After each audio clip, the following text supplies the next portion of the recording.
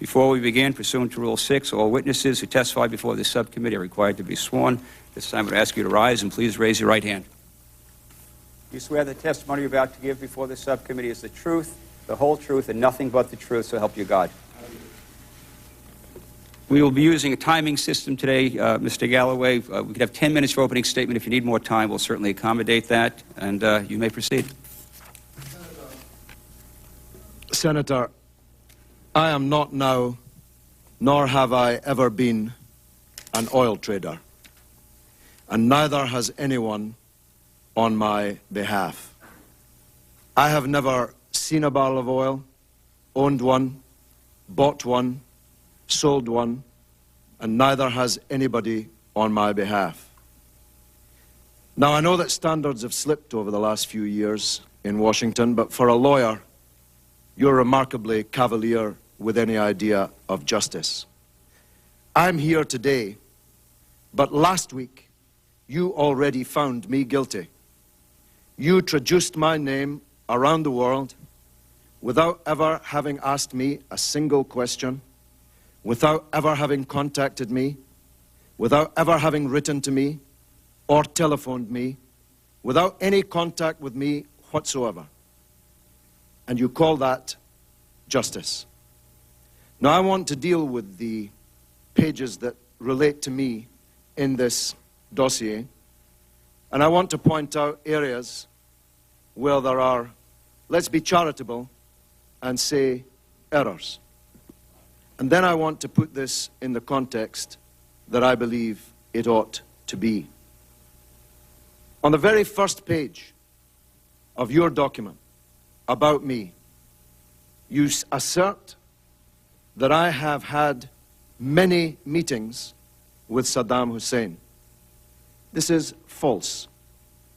I have had 2 meetings with Saddam Hussein, once in 1994 and once in August of 2002. By no stretch of the English language can that be described as many meetings with Saddam Hussein. As a matter of fact, I've met Saddam Hussein exactly the same number of times as Donald Rumsfeld met him. The difference is Donald Rumsfeld met him to sell him guns and to give him maps, the better to target those guns. I met him to try and bring about an end to sanctions, suffering, and war, and on the second of the 2 occasions, I met him to try and persuade him to allow Dr. Hans Blix and the United Nations weapons inspectors back into the country. A rather better use of 2 meetings with Saddam Hussein than your own Secretary of State for Defense made of his. In the same opening paragraph, you assert that I was an outspoken supporter of the Hussein regime. This is false. I have brought along here a dossier for all the members of your committee of statements by me as early as the 15th of March 1990, in which I condemn the Saddam Hussein dictatorship in the most withering terms, a stance I have taken since around about the time you were an anti-Vietnam War demonstrator. I was an opponent of Saddam Hussein when British and American governments and businessmen were selling him guns and gas. I used to demonstrate outside the Iraqi embassy when British and American officials were going in and out doing commerce. You will see from the official parliamentary record, Hansard, from the 15th of March 1990 onwards, voluminous evidence that I have a rather better record of opposition to Saddam Hussein than you do and than any member of the British or American governments do. Now, you say in this document, you quote a source, you have the gall to quote a source without ever having asked me if the allegation from the source was true, that I am, quote, the owner of a company which has made substantial profits from trading in Iraqi oil. Senator, I do not own any companies beyond a small company whose entire purpose, whose sole purpose, is to receive the income from my journalistic earnings from my employer, Associated Newspapers in London. I do not own a company that's been trading in Iraqi oil. And you had no business to carry a quotation, utterly unsubstantiated and false, implying otherwise. Now, you have nothing on me, Senator, except my name on lists of names from Iraq, many of which have been drawn up after the installation of your puppet government in Baghdad.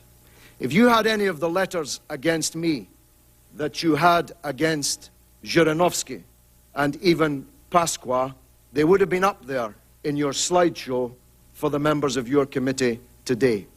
You have my name on lists provided to you by the Dulfer inquiry, provided to him by the convicted bank robber and fraudster and conman Ahmed Chalabi, who many people, to their credit in your country, now realize played a decisive role in leading your country into the disaster in Iraq.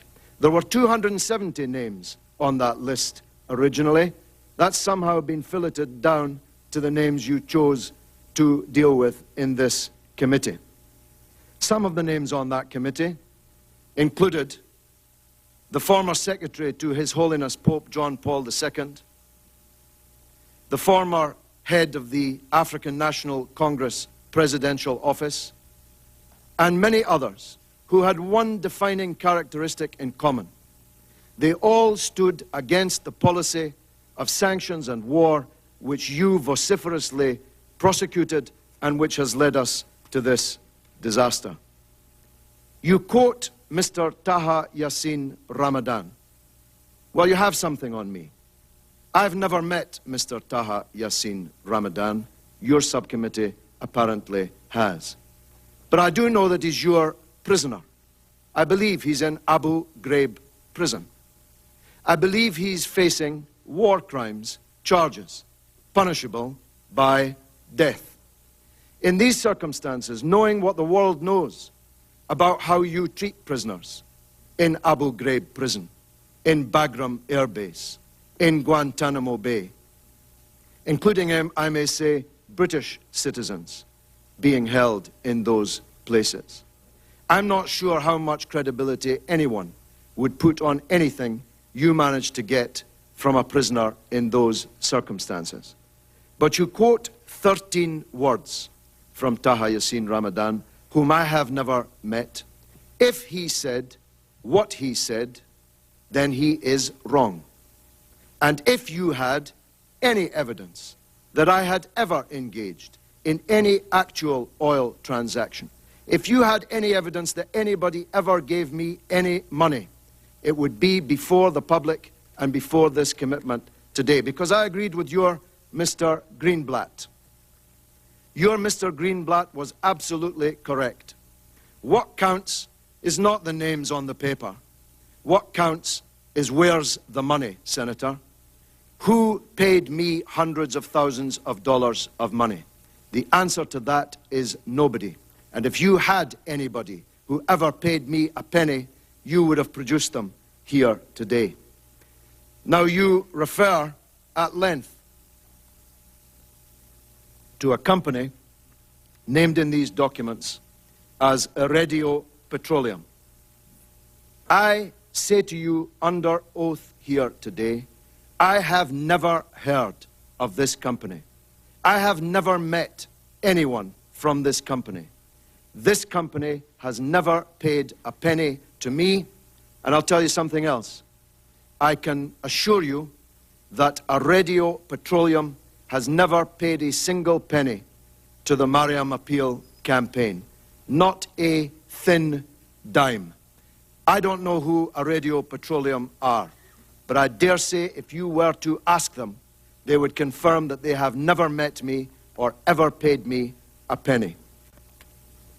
Whilst I'm on that subject, who is this senior former regime official that you spoke to yesterday?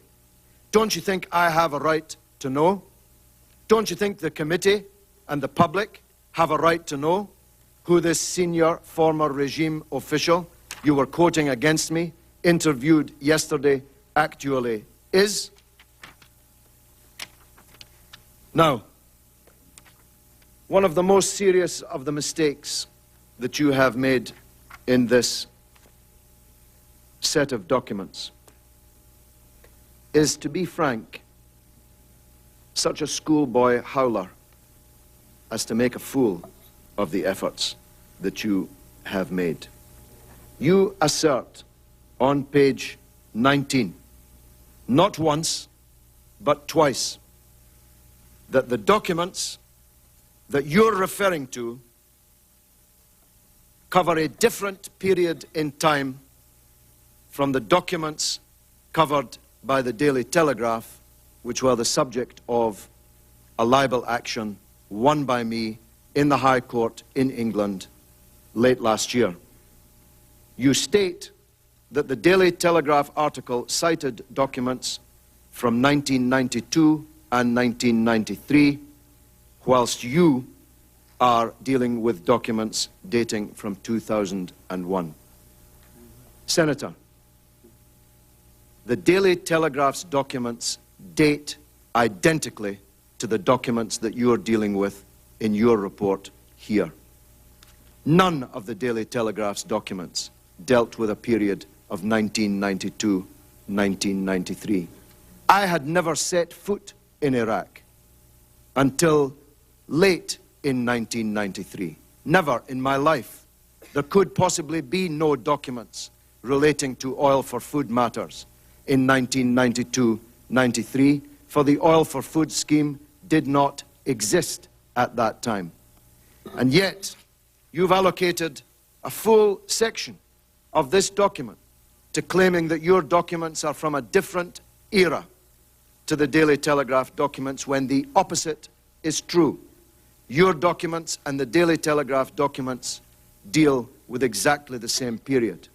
But perhaps you were confusing the Daily Telegraph action with the Christian Science Monitor. The Christian Science Monitor did indeed publish on its front pages a set of allegations against me, very similar to the ones that your committee have made. They did indeed rely on documents which started in 1992-1993.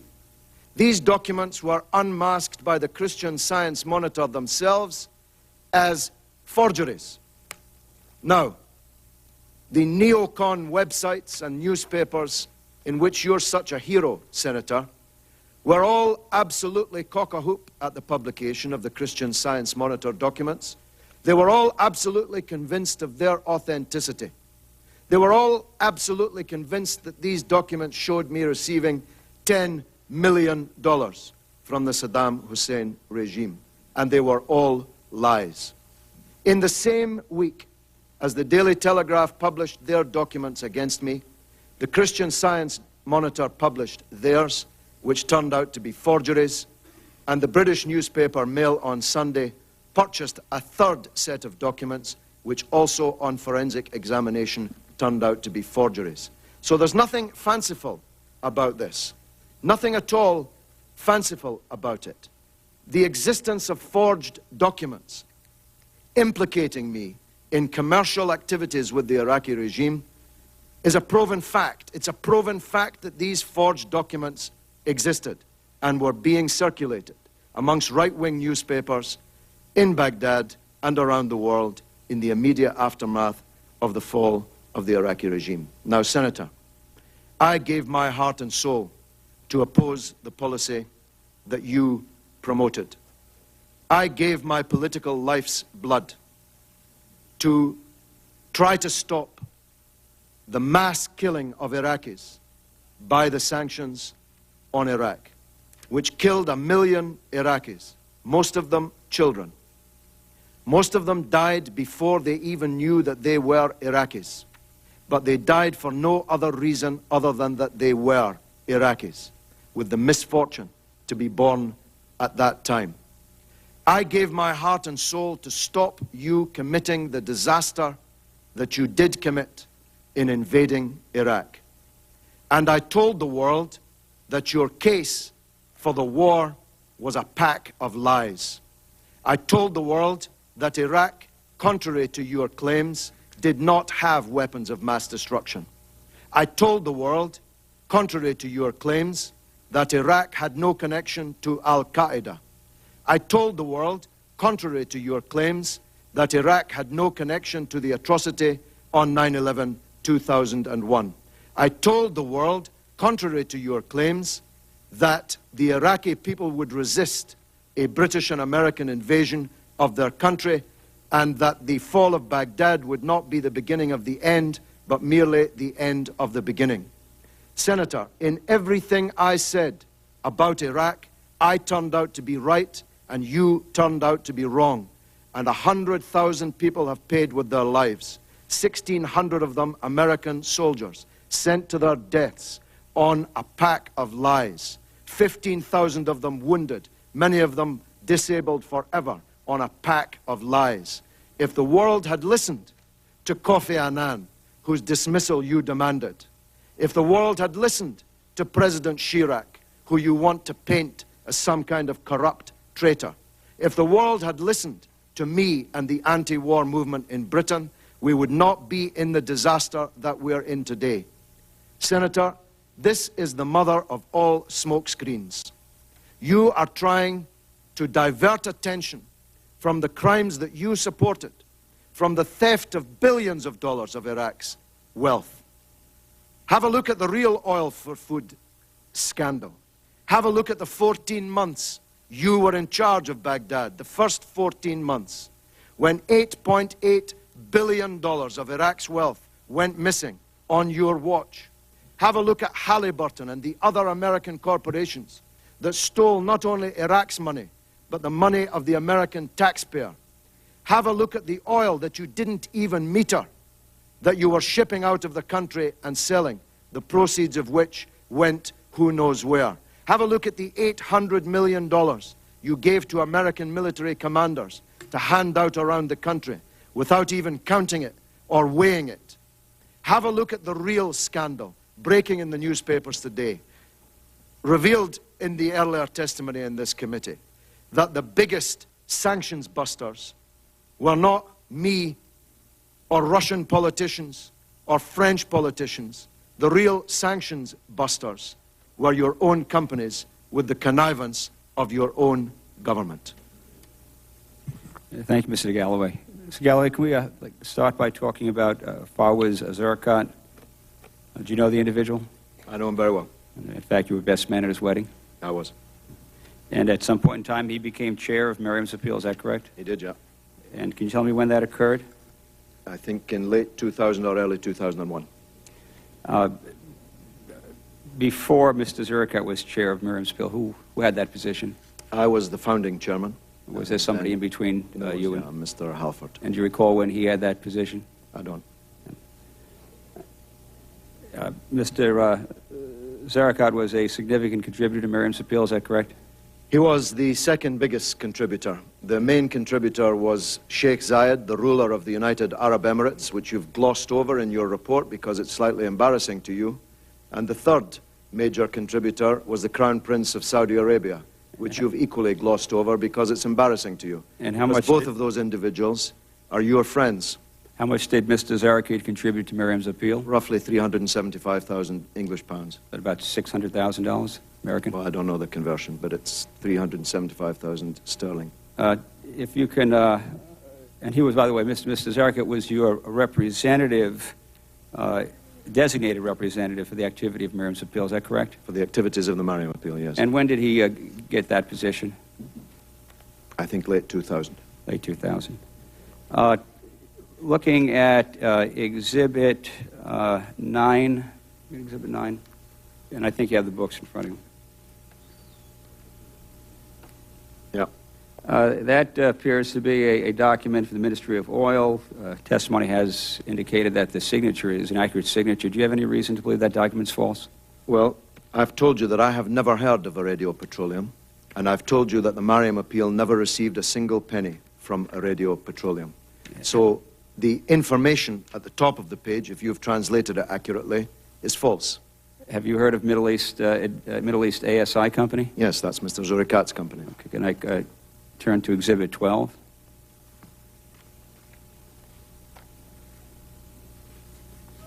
It's 12 or 11? Yeah, 12. Yep. And that purports to be, again, a stamp, the seal of the Ministry of Oil, people of Iraq. And this purports to be showing the details of a contract signed with Middle East ASI Company, Mr. George Galloway, and for Fawaz Zarakat. So Middle East ASI is Mr. Zarakat's company? Middle East ASI is Mr. Zurikat's company. He may well have signed an oil contract. It had nothing to do with me. He was chair of Miriam's appeal in 2000, so I take it you knew him well. Did he ever talk to you about his dealings in oil with Iraq? He did better than that. He talked to everybody. He talked to every English journalist that came through Baghdad, who he helped, at our request, to get the interviews and get the places that they wanted and needed to go. He was introduced to everyone as a major benefactor of the Mariam appeal and as a businessman doing extensive business in Iraq and elsewhere in the Middle East. I'm asking you specifically, in 2001, were you aware that he was doing oil deals with Iraq? I was aware that he was doing extensive business with Iraq. I did not know the details of it. It was not my business.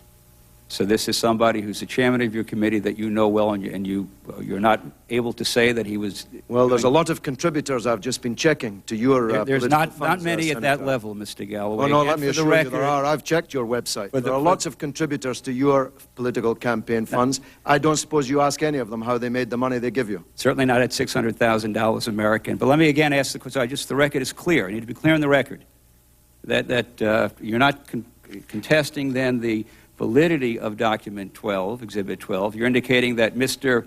Zarakat could have had dealings with Iraq, but you're saying that at that point in time you were not aware that he had oil dealings with Iraq? First of all, I've only seen this document today, and I'm telling you that insofar as my name is in a parenthesis, the information in it is false. I have no reason to believe Mr. Zurikat's company did not do that particular oil deal, but this is your problem in this whole affair. There is nobody arguing that Mr. Zurikat's company did not do oil transactions and many other, much bigger, frankly, business contracts with Iraq. There's nobody contesting that Mr. Zurikat made substantial donations to our campaign against sanctions and war. My point is, you have accused me personally of enriching myself, of taking money from Iraq, and that is false and unjust. Mr. Galloway, do you recall an interview you had with the Jeremy Paxman in April 23rd of 2003? Well, do we have a copy of the transcript of that? I'd like to refresh your memory. Let me get a copy of that. As we get you a copy, I'm going to ask, you were asked the question, talking about business dealings with Mr. Zarakat in Iraq, and at least the transcript that I have, and I'd like you to let me know if it's incorrect. Your quote is, I've asked him about business in Iraq, and quote, "Well, I'm trying to reach him," this is in 2003, "I'm trying to reach him to ask him if he's ever been involved in oil deals because I don't know the answer to that." So in 2003, you're saying you don't know the answer to whether he was involved in oil deals? Well, I told you in my previous two answers. I knew that Mr. Zurikat was heavily involved in business in Iraq and elsewhere, but that it was none of my business what particular transactions or business he was involved in, any more than you ask the American Israel Public Affairs Committee when they donate money to you or pay for your trips to Israel, where they got the money from. So, Mr. Galloway, you would have this committee believe that the designated representative for Miriam's appeal becomes the chair of the Miriam's appeal, was listed in Iraqi documents, is obviously doing business, oil deals with Iraq, that you never had a conversation with him in 2001 or whether he was ever doing oil business with Iraq. No, I'm doing better than that. I'm telling you that I knew that he was doing a vast amount of business with Iraq, much bigger, as I said a couple of answers ago, than any oil business he did. In the airport, he was the representative of some of the world's biggest companies in Iraq. He was an extremely wealthy businessman doing very extensive business in Iraq. Not only did I know that, but I told everyone about it. I emblazoned it in our literature. on our website, precisely so that people like you could not later credibly question my bona fides in that regard. So I did better than that. I never asked him if he was trading in oil. I knew he was a big trader with Iraq, and I told everybody about it. So in 2003, when you said you didn't know whether he was doing oil deals, were you telling the truth at that time? Yes, I was. I've never known until the Telegraph story appeared that he was alleged to be doing oil deals. But his oil deals are about 1/10 of the business that he did in Iraq. So I did better than telling people about his oil deals. I told them he was doing much, much more than that. So Exhibit 14, which purports to be a contract with Middle East Semiconductor, contract M1214. Middle East Semiconductor, again, is Mr. Zurikat's company. Is that correct? Yes, it is. Okay. So do you have any reason to believe that this document is false? Well, the parenthesis, if the parenthesis implies, as you've been arguing all morning that it implies, that this was being signed for by Middle East Advanced Semiconductors in order to pass the money on to me, is false. Mr. Zurikat and Middle East Semiconductors, or any other company, have never given me any money. And if they had, you would have it up here on a board and in front of the committee here.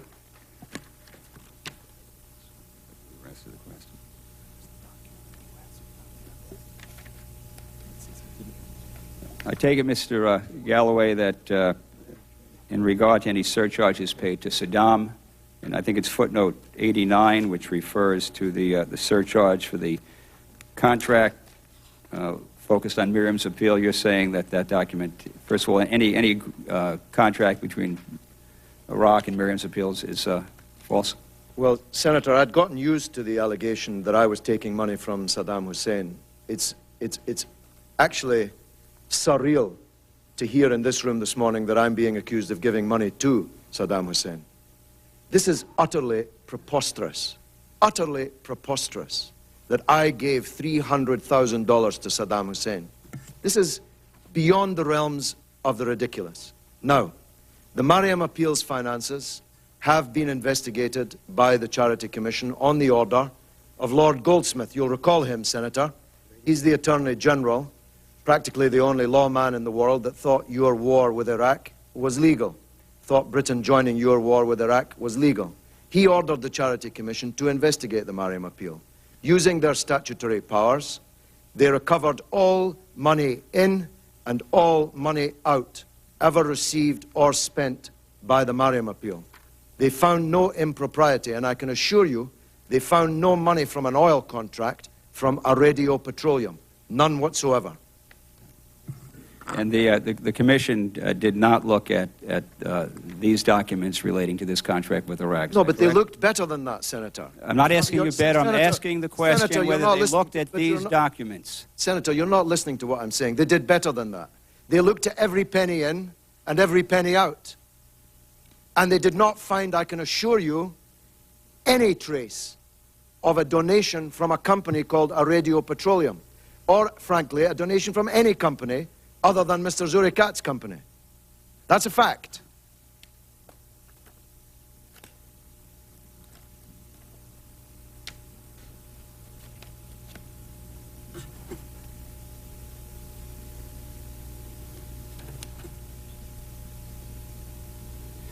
If I can get back to Mr. Zurikat one more time. Do you recall a time when he specifically, when you had a conversation with him about oil dealings in Iraq? I've already answered that question. I can assure you, Mr. Zurikat never gave me a penny from an oil deal, from a cake deal, from a bread deal, or from any deal. He donated money to our campaign, which we publicly brandished on all of our literature, along with the other donors to the campaign. Again, Mr. Galloway, a simple question. I'm looking for either a yes or no. Do you ever have a conversation with the Zurikat where he informed you that he had oil dealings with Iraq, yes or no? Not before this Daily Telegraph report, no. Senate 11? Thank you. Thank you, Mr. Galloway. Mr. Galloway, could you take a look at the exhibit number 12?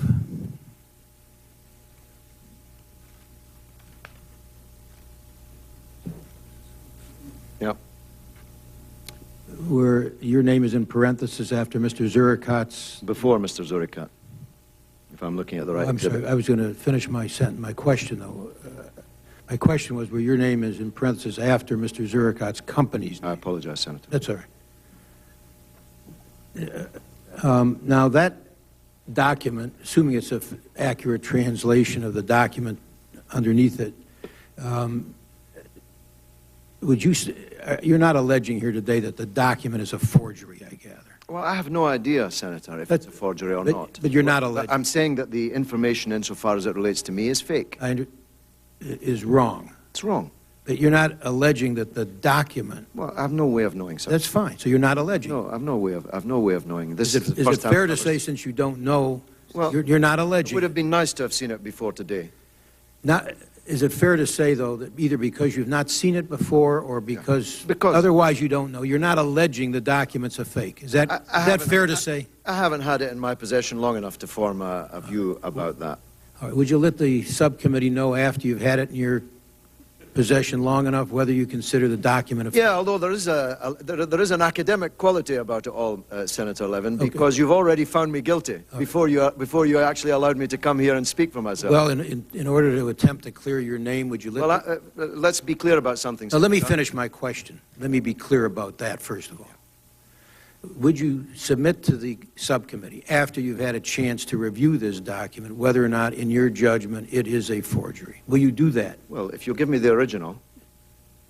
I mean, this is not... Presumably you wrote this English translation. Yes, and there's a copy underneath it of the... yes, there is a copy of a grey blur. If you'll give me the original... copy of the original. If you'll give me the original in a decipherable way, then of course that'd be fine. We would appreciate that. Yeah. Now, if at the bottom of this document, assuming it's not a forgery for a moment, it says surcharge. Are we together? Yeah. As per the instructions of Your Excellency over the phone on 12/11/01 of not accepting the company's proposals unless they pay the debt incurred since Phase 8. If in fact, Mr. Zurikat's company paid a surcharge or a kickback to the Iraqi government in order to obtain an allocation of oil, would that trouble you? Well, it turns out from your own testimony that practically everyone in the world, and especially the United States, was paying kickbacks. My question, it troubles me a great deal. Yeah. As you've heard from my statement today, I'm very much troubled that we have an oil company that was involved in this, and we're going to go after that oil company. Now let me ask you. I've expressed my view about Bay Oil, so now let me ask you about Mr. Zurikat's company. If, in fact, Mr. Zurikat's company paid a kickback to the Iraqi government in order to obtain this allocation, would you be troubled? That's my question. Yeah, it's a good question, and will you allow will you allow me to answer it seriously? I'd be happy to, yeah. Seriously, not in a yes or no fashion, because I could give you a glib. Providing you give us an answer, I'd be delighted to hear it. Here's my answer, and I hope it does delight you. I opposed the Oil for Food program with all my heart, not for the reasons that you are troubled by it, but because it was a program which saw the death, I'm talking about the death now, I'm talking about a mass grave, of 1 million people, most of them children, in Iraq. The Oil for Food program gave 30 cents per day per Iraqi for the period of the Oil for Food program. 30 cents for all food, all medicine, all clothes, all schools, all hospitals, all public services. I believe that the United Nations had no right to starve Iraq's people because it had fallen out with Iraq's dictator. David Bonnier, your former colleague, Senator, whom I admired very much, a former chief whip here on the Hill, described the sanctions policy as infanticide masquerading as politics. Senator Coleman thinks that's funny, but I think it's the most profound description of that era that I have ever read. Infanticide masquerading as politics. So I opposed this program with all my heart. Not because Saddam was getting kickbacks from it, and I don't know when it's alleged these kickbacks started. Not because some individuals were getting rich doing business with Iraq under it, but because it was a murderous policy of killing huge numbers of Iraqis. That's what troubles me. That's what troubles me. Now, if you're asking me, is Mr. Zurikat in some difficulty, like all the other companies that it would appear paid kickbacks to the Iraqi regime?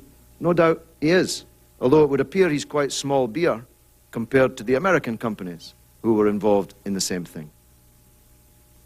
Now my question. That's what I told you. What troubles me, I'm asking you. Would it trouble you? My question now that you've given us your statement about your feeling about the oil for food program, my question is, would you be troubled if you knew that Mr. Zurikat paid a kickback in order to get an allocation of an oil contract? That's a very simple question. It's Mr. Zurikat's problem, not mine. It would not trouble you. It's Mr. Zurikat's problem, not mine. And so that if a kickback, which was illegal under international, now you may not agree with the UN, but that's the international community that you're attacking, which is fine. You're entitled to do that. You're entitled, and I'll defend your right to do it. But you're attacking a UN program, which is your right to do, which was aimed at providing humanitarian assistance to try to alleviate the problems that the sanctions provided, which is your right to do. But my question, which you are so far evading, is, would you be troubled if that UN oil for food program was being circumvented by the kind of kickbacks which were taking place and being given to Saddam Hussein in order to obtain allocations under that program if Mr. Zurikat participated in that kickback scheme which violated the UN sanctions? You may not have agreed with it, but it violated the program. Would it trouble you if he violated that UN program in that way? That's my question. Senator, there are many things. I know other things trouble you, but can you just give us a straightforward answer? You've given us a long explanation of other things that trouble you, which is your right. Now I'm asking you whether that troubles you. It troubles me that it might put him in difficulty. It troubles me that it might now lead to a prosecution of him. It troubles me that this will be further smoke in the smokescreen. But I, root and branch, opposed this oil for food program. There's a lot of things you oppose, but you don't believe should be circumvented in illegal ways. Isn't that? Well, please, Senator, you supported the illegal attack on Iraq. Don't talk to me about illegality. Sorry about that. I didn't. But that's beside the point. Well, that's beside the point. You're wrong on your facts. I'm collectively talking about the Senate, not you personally. Well, it's okay. That's all right. Let me go back to my question. I don't want to get. I don't want to get involved. I don't want to get involved in. Why not? You want to talk about illegality? No. You launched an illegal war which has killed 100,000 people. Let's try. You want me to be troubled about? No, I want you to answer. I want you to answer questions which are fairly put and directly put to you. Now I'll ask you two last questions. If Mr. Zurikat's contributions to Miriam's appeal came from the sale of oil, or his share of a sale from oil, which he was able to obtain because he paid a kickback in violation of the UN program, would that contribution trouble you? That's my question. Well, Senator, if you can't give a short answer. I'll give as short as I can, and I appreciate your fairness in this. Fundraising for political purposes is seldom pretty, as any American politician could testify. I took the view, I can be criticized for it, have been criticized for it, that I would fundraise from the kings of Arabia, whose political systems I have opposed all my life, in order to raise funds for what I thought was an emergency facing a disaster. And I did not ask Mr. Zurikat which part of his profits from his entire business empire he was making donations to our. That wasn't my question. My question was, my question is, would it trouble you if you found that out? And it's okay. You're not going to answer it. It's clear to me. I want to go to my next question. All right. You're just simply not going to answer it. I will say, American politicians who find the source of money after it's given to them is troubling. When they find out something they didn't know afterwards, frequently will and hopefully, I think always, but at least frequently, will return that money, will say they disagree with the source of the money. Hopefully, all of us will do that, but whether or not we all live up to that standard, you clearly do not adopt that as a standard for contributions to Miriam's appeal. You're not going to look at the source of the money. You're just simply going to accept the money, and you've made that clear. I want to just ask you about Tariq Aziz. Yeah. Tariq Aziz. You've indicated who you didn't talk to and who you did talk to. Did you have conversations with Tariq Aziz about the award of oil allocations? That's my question. Never. Thank you. I'm done. Thank you. Just one follow-up on the Tariq Aziz question. How often, can you describe your relationship with Tariq Aziz? Friendly. How often did you meet him? Many times. Can you give an estimate of that? No, many times. Is it many times more than 5? Yes, yes. More than 10? Yes. Is it 15, around 15? Well, we're getting nearer, but I haven't ever counted it. But many times. And you have I'm saying to you many times. And I'm saying to you I was friendly with him. Okay. And you described him as a very dear friend. I think you've quoted me of saying a dear, dear friend. I don't often use the double adjective. But I was looking into your heart on that. But friend, I have no problem with. Senator, just before you go on, I do hope you'll avail yourself of this dossier that I have produced. I'm really speaking through you to Senator Levin. This is what I've said about Saddam Hussein. We will enter that into the record without objection. I have no further questions for the witness. You're excused, Mr. Galloway. Thank you very much. Thank you.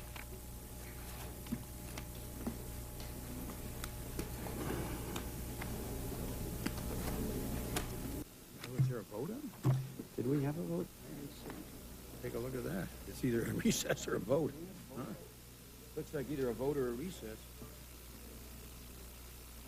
15-minute vote at 12:06. What? 15-minute vote at 12:06. We have a vote. The hearing will be recessed. We have one more time. We'll be recessed for 20 minutes.